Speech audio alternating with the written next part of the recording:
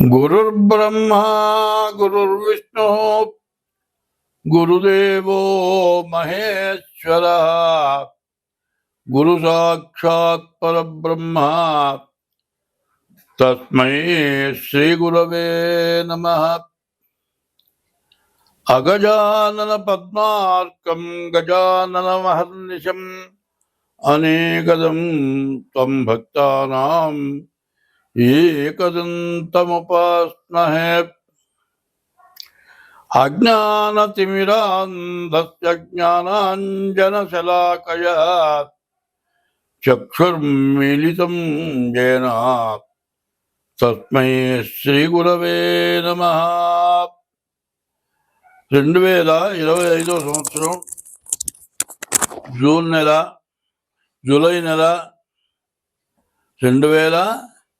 2025 సంవత్సరం జూలై నెల మొదటి రాశి 1వ రాశి మేషరాశి.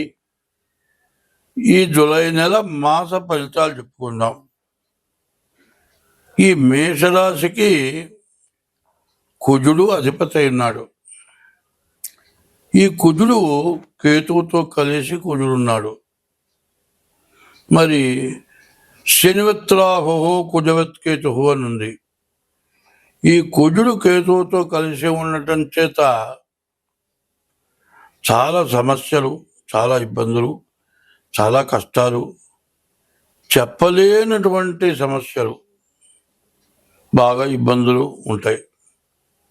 దీన్ని ఏం చెప్పాలి అంటే, సన్యాసి రాసుకుంటే బూడిద రాలిందిట. మండుతుంటే కాస్త నెయ్యి పోస్తే ఇంకా ఎక్కువ మంట ఎక్కువైందిట. అట్లాగే రాహుకేతువులే మరి ఇబ్బంది పెట్టేవాళ్ళు. గ్రహాలు మొత్తం రాహుకేతువుల మధ్యలో పడ్డాయి. ఇది కాక కుజుడు పోయి ఈ కేతువుతో కలిసి ఉన్నాడు. కుజవత్ కేతు అన్నాడు. మరి ఈ కుజకేతువులు కలవటం వల్ల రాక్షసత్వం బాగా ఎక్కువగా ఉంటుంది. దీనివల్ల వృత్తిలో కానీ, ఉద్యోగంలో కానీ, కుటుంబంలో కానీ కలహాలు, అంతర్యుద్ధాలు, సమస్యలు బాగా ఎక్కువగా ఉంటాయి. అయితే రాహు బాగున్నాడు, తర్వాత శుక్రుడు బాగున్నాడు, తర్వాత రవి బాగున్నాడు. రాహు, శుక్రుడు, రవి బాగున్నాడు. ఈ రవి వల్ల ఏంటంటే ఉద్యోగంలో సమస్య లేకుండా బాగా సంపాదించుకోవటానికి బాగా అవకాశం ఉంది. అట్లాగే శుక్రుడి వల్ల వివాహం కాని వాళ్ళకి వివాహం అవటానికి అవకాశం ఉంది. రాహు ఏకాదశిలో ఉండటం చేత బాగా వచ్చిన డబ్బు దుర్వినియోగం కాకుండా బాగా నిలబడటానికి, ధనాన్ని రక్షణ చేయటానికి రాహు బాగున్నాడు. అయితే ఇక్కడ వచ్చిన సమస్య ఏంటంటే, శని మాత్రం ద్వాదశంలో 12ంట ఉన్నాడు. ఈ 12ంట ఉన్నటువంటి శని వల్ల, ఈ ద్వాదశంలో ఉన్న శని వల్ల విపరీతమైన ఖర్చు, అనుకోని దండగమాని ఖర్చులు, మనం చెయ్యనటువంటి పనులకు కూడా మన మీద నిందబడి ఇబ్బంది పడే లక్షణాలు ఉన్నాయి. దాదాపుగా ఈ జాతకం ఎట్లా ఉన్నది అని చెప్పేటట్లయితే, ఈ మేషరాశి పూర్తిగా బాగాలేదు, చాలా కష్టభరితంగా ఉంది. దీనికి ఒక పద్యం ఉంది: కష్టభరితంబు బహుళ దుఃఖప్రదంబు సారరహితంబు సంసార సాగరంబు అని. ఈ సంసారం అనేది ఒక మహాసముద్రంట. ఈ సముద్రంలో, నడి సముద్రంలో ఒడ్డుకు వచ్చేవాడు ఎవడు కనపడలే. అట్లాగే ఈ సంసారం అనే సముద్రంలో ఎటువంటి సమస్యలు వచ్చినా పెద్ద పెద్ద అలల కింద లెక్క. బాగా ఇబ్బందులు, కష్టాలు బాగా ఎక్కువగా వచ్చి చాలా ఇబ్బందులు పడే పరిస్థితులు ఉన్నాయి. కాబట్టి ఈ రాశి వాళ్ళు మీ డేట్ ఆఫ్ బర్త్ ద్వారా ముందు మీ జాతకం చూపించుకోవటం చాలా అవసరం. ఇది చెయ్యని పక్షంలో మిమ్మల్ని ఎవరూ రక్షించలేరు. మీకు జన్మలగ్న రీత్యా ఇప్పుడు చెప్పింది గోచారం 25 వంతులే, మరి 75 వంతులు జన్మలగ్న రీత్యా జరుగుతుంది. అట్లా డేట్ ఆఫ్ బర్త్ లేకపోతే హస్త సాముద్రికం ద్వారానైనా సరే మీ జాతకం చూపించుకొని ఆ జాతకంలో ఉన్నటువంటి దోషాలు ఏంటో చూసుకొని ఆ దోషాలను పోగొట్టుకుంటే మీకు ఎంతైనా మంచిది. స్వస్తి. మేషరాశి నుండి మీనరాశి వరకు ఈ రాశులే కాదు, ఎవరైనా సరే జాతకం చూపించుకోకపోయినా పర్వాలే, ముందు ఇది వినండి, మీ ప్రవర్తన మార్చుకోండి, అన్ని విధాలా మంచిది. ఏమిటి, నువ్వు ఎంత సంపాదించావన్నది కాదు, ఏమాత్రం జాగ్రత్త పడ్డావన్నది అవసరం. జీవితంలో రోజు పొద్దున లేచి సాయంత్రం దాకా ప్రతి వాళ్ళు కష్టపడుతున్నారు. కూలివాడు పొద్దున పోతే రాత్రి దాకా పనిచేస్తున్నాడు. మరి బీటెక్ వాడు 8 గంటల వరకు చేస్తున్నాడు. మరి కూలివాడి కంటే ఎక్కువ చదువుకున్నవాడు కష్టపడుతున్నాడు, ఎంతో సంపాదిస్తున్నారు. ఈ సంపాదించినటువంటి డబ్బుని ఏదో బాగుపడతాం. ఉద్యోగం చేసుకునేవాళ్ళు జీతం వస్తుంది లేని లోన్లో అపార్ట్మెంట్లు కొనుక్కొని మధ్యలో ఉద్యోగం పోయి సగం డబ్బులు అపార్ట్మెంట్కి కట్టి మిగతా అవి కట్టలేక అపార్ట్మెంట్ పోగొట్టుకొని ఉద్యోగం పోగొట్టుకొని ఇట్లా రకరకాలైన బాధలు పడుతున్నారు. తొందరపాటి పనులు చేసుకోవడం మంచిది కాదు. ఉద్యోగం ఉంది కదా, అపార్ట్మెంట్ కావాలి, డబుల్ బెడ్రూమ్ కావాలి, ట్రిపుల్ బెడ్రూమ్ కావాలి, ఇట్లాంటి ఆలోచనల వల్ల మరి ఎక్కువ కాస్ట్ కలిగిన అపార్ట్మెంట్లు కొనుక్కొని దానికి కొనుగోలు రేటు కంటే 3 రెట్లు ఎక్కువ కట్టాల్సి వచ్చి లోన్ ద్వారా మరి వచ్చిన జీతంలో 3 వంతులు దానికి ఖర్చు పెట్టేసేసి ఎన్నాళ్ళకి బాకీలు తీరక మీ బాకీ తీరేపటికి మీ అపార్ట్మెంట్లు కూడా శిథిలమైనటువంటి వాళ్ళు కూడా ఉన్న అపార్ట్మెంట్లు కూడా ఉన్నాయి. బాగా ఆలోచించండి. మీరు అద్దె ఇంట్లో ఉండి రూపాయి దాచిపెట్టుకుంటే వడ్డీతో సహా పెరుగుతుంది. అదే అప్పు తీసుకుంటే వడ్డీ డబల్ వడ్డీ పెరుగుతుంది. మరి ఇట్లాంటి తొందరపాటు పనులు హోదా కోసం కాదు. నువ్వు ఉప్పు వేసుకు తిన్నావా, కారం వేసుకు తిన్నావా, నువ్వు నూలుగుడ్డ కట్టుకున్నావా, మరి గొప్ప గుడ్డ కట్టుకున్నావా, ఎంత బంగారం మెళ్ళ వేసుకున్నావు అనేది గొప్ప కాదు. నీవు ఎంత జాగ్రత్త పడ్డావు అనేది గొప్ప. రేపటి రోజున కష్టం వచ్చినప్పుడు నీ డబ్బు, నీ ఆదాయం నీకు రేపటికి మిగిలితే ఎంత సుఖంగా బతుకుతావో ఆలోచించుకోవాలి.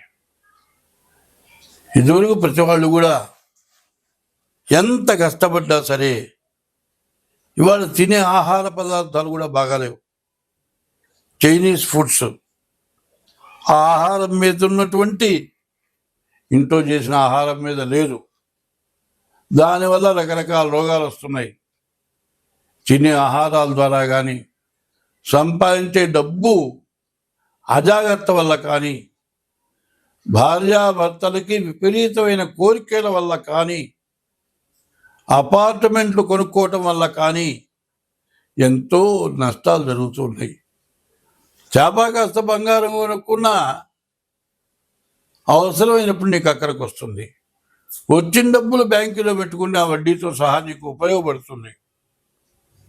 ఇట్లాంటివి చేసుకోక అపార్ట్మెంట్లు కొని మరి ఎక్కువ హోదాలకు పోయి ఆ బాకీలు కట్టలేక, తల్లిదండ్రులకు అన్నం పెట్టలేక, తల్లిదండ్రులను వెళ్ళగొట్టి వాళ్ళు తల్లిదండ్రులు సర్వస్వం ధారపోసి నీకు చదువు చెప్పించి నీకు ఉద్యోగం ఇప్పిస్తే నీవు తల్లిదండ్రుల మొహం చూడక వాళ్ళు వృద్ధాశ్రమాలకు అడుక్కొని నేను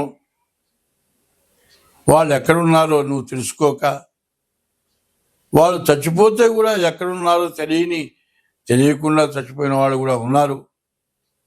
ఇట్లాంటి మహాపాపాలు చేసుకుంటున్నారు. ఈ పాపాల నుంచి మీరు బయటపడాలి అంటే అన్ని రాసుల వాళ్ళు, అన్ని కులాల వాళ్ళు, అన్ని మతాల వాళ్ళు కూడా ఈ చెప్పేది ఆలోచించండి. ప్రతి వాళ్ళు చదువుకుంటున్నారు, ప్రతి వాళ్ళు ఉద్యోగం చేస్తున్నారు, ప్రతి వాళ్ళు ఎక్కువ సంపాదించాలి అనుకుంటున్నారు. కానీ మీ పిల్లల్ని యూకేజీ దగ్గరికి పోతే 40,000 50,000 కట్టాలా? ఈ చదువు ముఖ్యమా? నీవు చదువుకున్న చదువు 5 క్లాసుల వరకు నీ పిల్లలకి చెప్పుకోగలిగినటువంటి స్టేజ్ మీకుంది. నీవు నీ పిల్లలకి చెప్పుకున్నట్లుగా స్కూల్లో చెప్పగలుగుతున్నారా? క్లాసుగా పిల్లల దగ్గర మీ దగ్గర డబ్బులు తీసుకొని వాళ్ళు ఏదో డ్రెస్ చేసుకొని గొప్పగా తిరిగి టీవీలో వచ్చిన అమ్మ ఆవు ఇల్లు ఈగ ఇట్లాంటి మాటలు చెప్పి దీంతో తృప్తి పడటం కాదు. రామాయణ భారత భాగవతాలు ఉన్నాయి, నీతి పద్యాలు ఉన్నాయి.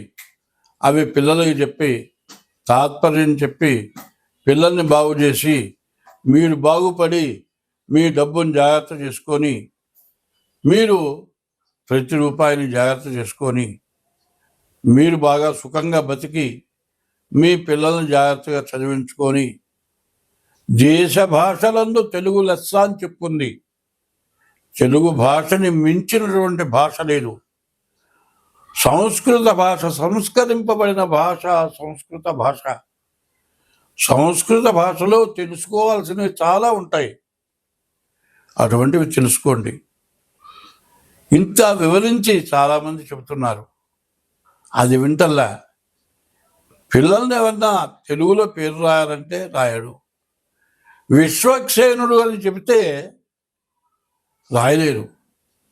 లక్ష్మీనారాయణ అని చెప్తే LAXMI రాస్తారు, లక్ష్మి అని రాస్తారు. LAKSHMI లక్ష్మి అవుతుంది. తెలుగు భాషని మరి మృత భాషకి కింద చేశారు. అమృత భాష తెలుగు సంస్కృతం. ఇవాళ ఇంగ్లీష్ నేర్చుకొని తెలుగును మానుకొని సంస్కృతం మానుకొని అమృత భాషని మృత భాష చేసుకొని మీ ప్రవర్తన అమృత యోగం నుంచి మృత యోగాన్ని తెచ్చుకొని అందరూ కూడా సమస్యలకు లోనవుతున్నారు. ఇదందరూ బాగా తెలుసుకోండి, బాగా ఆలోచించండి. ప్రతి విషయంలో మనం తింటూ మన పక్క వాళ్ళు బాగున్నారా లేదా, అందరం కలిసి జీవిద్దాం, అందరికీ మంచి చెబుదాం, అందరితో మంచిగా కలిసి బతుకుదాం.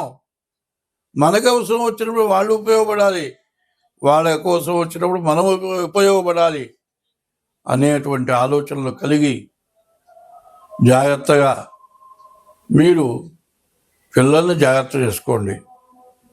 యూకేజీకి విపరీతమైన జీతాలు, మీ సంపాదించిన సంపాదన మీ అహంకారంతో పెడుతున్నారనేది బాగా ఆలోచించండి. అక్కడ చెప్పే చదువు మీరు రోజు 1 గంట తలుచుకుంటే మీ పిల్లలకి చెప్పగలరు. మీ పిల్లల్ని ప్రేమగా చెప్పుకొని లైన్లో పెట్టుకోగలరు. కానీ డబ్బుని మంచినీళ్ళ కంటే అతి తేలిగ్గా ఖర్చు పెట్టి రేపనే రోజుకి మీకు ఆలోచన పోగొట్టుకొని మరి మీ చదువులో మీ ఉద్యోగం ఎంతకాలం చేయాలో అంతకాలం లేకుండా మధ్యలో ఉద్యోగాలు పోగొట్టుకొని కష్టాలు పడుతున్నారు. వీటి నుంచి బయటపడాలంటే మంచి చెప్పేదాన్ని తెలుసుకొని ముందు తెలుగు సంస్కృతం తెలుసుకొని కనీసం రోజు ఒక పద్యమైనా మీరు చదువుకొని పిల్లలకి చెప్పండి. మీరు బాగుంటారు, పిల్లలు బాగుంటారు, దేశం బాగుంటుంది. స్వస్తి.